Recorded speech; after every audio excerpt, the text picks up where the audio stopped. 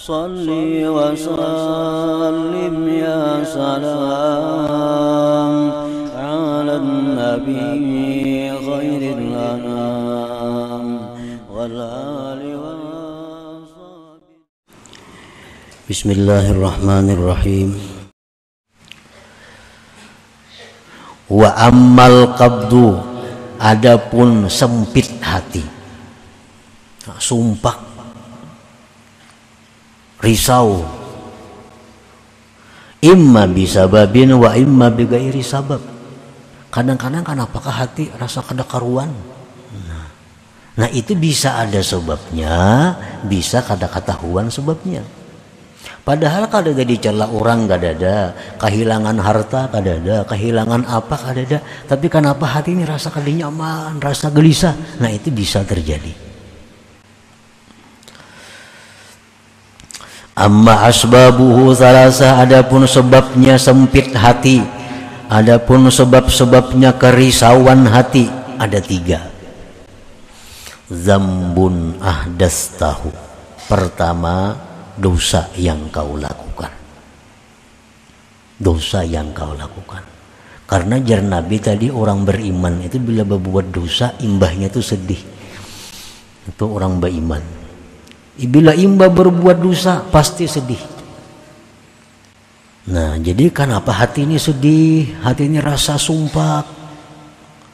Barangkali sebabnya satu, ada dosa yang diperbuat. Nah, ada dosa yang dilakukan. Fal ubudiyah taqtadi an tatuba ila Allah Ta'ala wa tatluba ar-ridha wal halal mimman tazlimu.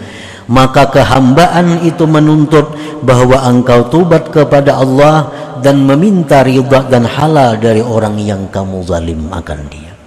Kalau kita ini susah hati, kalau kita ini gelisah hati, tahu sebabnya karena ada dosa yang dilakukan, segeralah tubat. Itu kehambaan kita menuntut demikian. Segera tubat kepada Allah. Kalau menzalim orang, cepatlah minta halal kepada orang itu.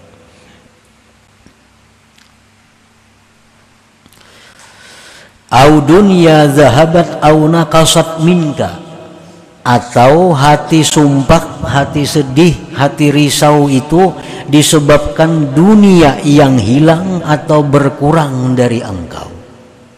Bisa juga imba ditipu orang, imba kehilangan, imba dapat musibah, lalu hati kita sumpah, lalu hati kita kada nyaman.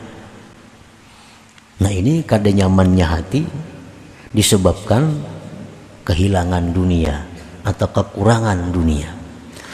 Fal ubudiyah taqtadi an tardha bi qada'illahi ta'ala wa tahtasiba, maka kehambaan diri engkau itu menuntut bahwa engkau ridha dengan ketetapan Allah dan engkau mengharapkan pahala daripada Allah.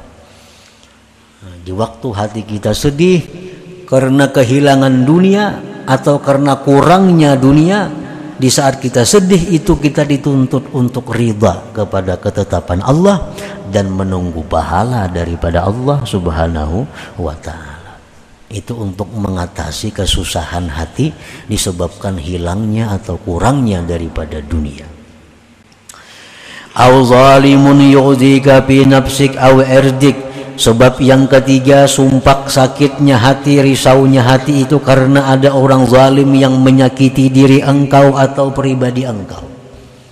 Nah, kita disakiti orang zalim, kita dihina oleh orang, kita difitnah oleh orang, lalu kita sedih. Nah, di saat sedih itu kehambaan kita menuntut antasbira wa tahtamila wa tastaslima ila Allah Ta'ala, menuntut sabar dan sandang dan serahkan kepada Allah Subhanahu wa ta'ala. Nah, ada orang zalim memfitnah kita, kada usah ke polisi mencemarkan nama baik, kada perlu. Ada misal difitnah orang ini mengadukan ke polisi pencemaran nama baik, itu kada perlu, kada ada untungnya.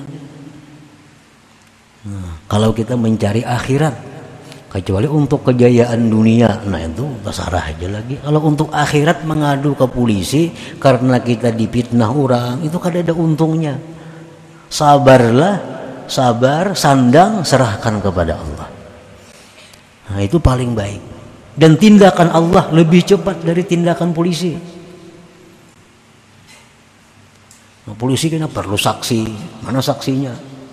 Nah, berapa hari mau urus mencari saksi segala macam. Allah Ta'ala untan langsung di saat kita melapor, saat itu diterima dan kada perlu ada saksi kalau kita dizalim atau dianiaya orang. Nah, jadi apabila kita sakit hati, sumpah hati karena ada yang memfitnah kita, ada yang mengganggu kehormatan kita, nah sabar. Kada usah dilawan artinya. Kada usah dilawan. Bila melawan tuh berusia labihan, kita jadi orang zalim. Melawan tuh kalau kelabihan lawanannya. Baik amun kawapas dan sulit kawapas itu. Kalau kau diketahui pas kadanya. Nah kalaunya itu labihan, kita jadi 2 kali dosa. Kita jadi 2 kali sakit. Pertama sakit dizalim orang, nang kedua kita sakit dapat dosa karena labihan membalas. Nah jadi apabila kita sakit hati karena diganggu orang diri kita, kehormatan kita, maka sabarlah dan sandang. Sandang aja, serahkan kepada Allah Subhanahu wa Ta'ala, laporkan kepada Allah, ya Allah yang maha tahu, yang maha mengetahui, hamba telah diganggu oleh Fulan bin Fulan. Untuk selanjutnya hamba serahkan kepada engkau urusan ini. Cukup. Allah akan menindak sesuai dengan ketentuan dan kebijaksanaan Allah Subhanahu wa Ta'ala. Nah, para muhibbin rahimakumullah. Jadi keadaan gembira hati disebut dalam istilah orang tasawuf itu ngarannya basat. Hati yang sempit risau disebut dalam istilah tasawuf ngarannya kabat. Basat satu keadaan yang memerlukan adab. Kabat satu keadaan yang memerlukan adab juga.